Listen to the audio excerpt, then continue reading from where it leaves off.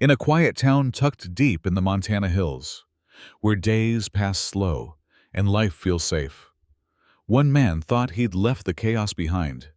A veteran, a husband, soon to be a father. But peace is a fragile thing. And when evil wears a uniform and knocks on your door, some lines must be drawn. This is the story of Wes Carter, the moment his past met his present, and the choice he made that changed everything. Ash Valley, Montana, was the kind of place where days were measured in coffee refills and the slow creak of porch swings. Wes Carter, a 42-year-old mechanic and Army veteran, had chosen this quiet corner of the world to heal. After 2 tours in Iraq, he no longer searched for adrenaline. He searched for silence. And with Delilah, his wife of 3 years, he had finally found it. They were expecting their first child, a girl. Delilah was 8 months along, radiant in the kind of way only peace could make a person glow. Wes spent his afternoons under the hood of old trucks, while Delilah tended to her garden and hummed old Billie Holiday songs. Most nights ended with her feet in his lap and soft jazz drifting from the radio in the garage. It was the kind of life Wes never thought he deserved. Then the man came. It was a Tuesday afternoon, warm and still. The kind of day where nothing dramatic should ever happen. The gray sedan pulled up slow. No plates, no stickers. A man stepped out. His uniform didn't fit right. The HOA security patch barely hanging on. Wes saw him from the garage and felt something stir in his gut, a twitch of instinct, like the breath before a gunshot. The man walked up the driveway like he owned it. He said the trash bins were out of alignment. Delilah stepped onto the porch, belly full with grace, her voice calm but firm. "No HOA security patrols around here," she said, reaching for her phone. That was the spark. The man lunged, grabbing her arm and throwing her down the front steps. The sound of her body hitting concrete cracked the air open. She screamed, clutching her leg, her voice raw and ragged.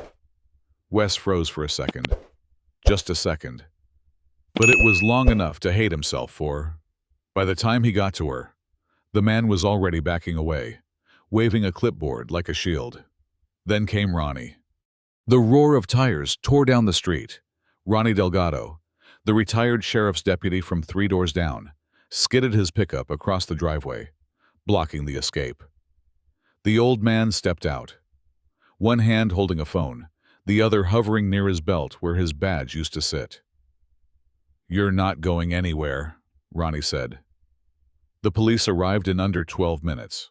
The man was cuffed, his badge confiscated, his lies unmasked. Greg Maddox, fired from 3 security companies. Known for impersonating officers, harassing women, using fear like a weapon. They took him away. Wes rode with Delilah in the ambulance. She never lost consciousness, never cried. Her voice only broke once when she asked if the baby was still okay. Wes held her hand, already tasting the bitterness that would never quite leave his mouth. Her knee was shattered, multiple fractures. The doctors said she might walk again, but running was over. And yet, by the time the second surgery ended, Maddox was already out on bail, free. That night, Wes sat in the nursery, staring at the crib he built with his own hands. He imagined his daughter growing up in a world where monsters wore uniforms and the law looked the other way. His fists trembled, knuckles white against the wood. Then the phone rang. It was Ronnie. Quiet, steady. "He's back," he said. Willow Creek Lane. Flashlight. Clipboard. Same getup. Wes didn't speak. He stood, walked to his bedroom, and unlocked the drawer he hadn't touched in years. The Glock 19 lay there, like a memory, waiting to be relived. He loaded it with the same precision he once used in Baghdad, then stepped outside. The night air was cold and sharp. He found Maddox on the edge of the cul-de-sac, shining his flashlight into someone's window. Wes walked up behind him. "Drop the gear," he said, his voice low. Police are already on their way. Maddox turned. His eyes widened. He ran. Wes raised the gun and fired into the air. The crack of the shot echoed through the valley. Maddox dropped everything. Flashlight, clipboard, pride. He hit the ground, hands behind his head before Wes even said a word. Ronnie was already filming from his truck.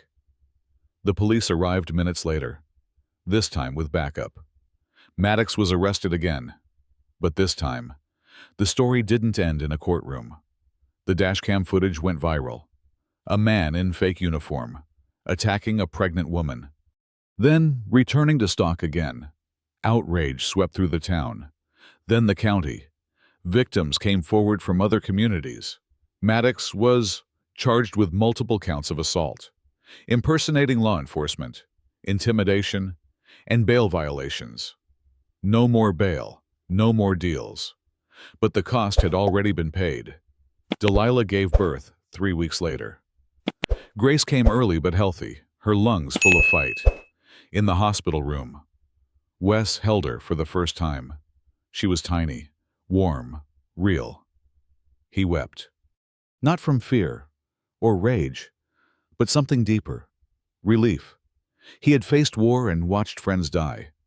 But never had he felt so fragile as when she wrapped her fingers around his thumb. Ash Valley changed. The HOA was torn apart and rebuilt with community votes and full transparency.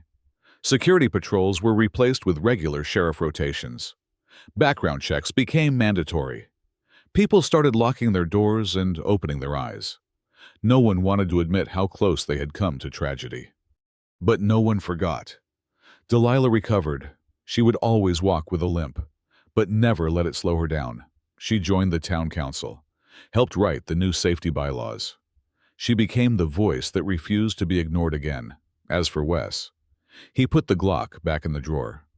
When Ronnie asked him why, Wes said, I used to think the weapon made me strong, but holding Grace, that's the only power I need. He never bragged, never asked for thanks. But everyone in Ash Valley understood something they hadn't before. Wes was the line, the one you don't cross. And when you do, the quiet man who fixes engines and listens to jazz might be the last face you see before the lights go out. Not because he wants to be a hero, but because some things are worth protecting, even if it breaks you to do it.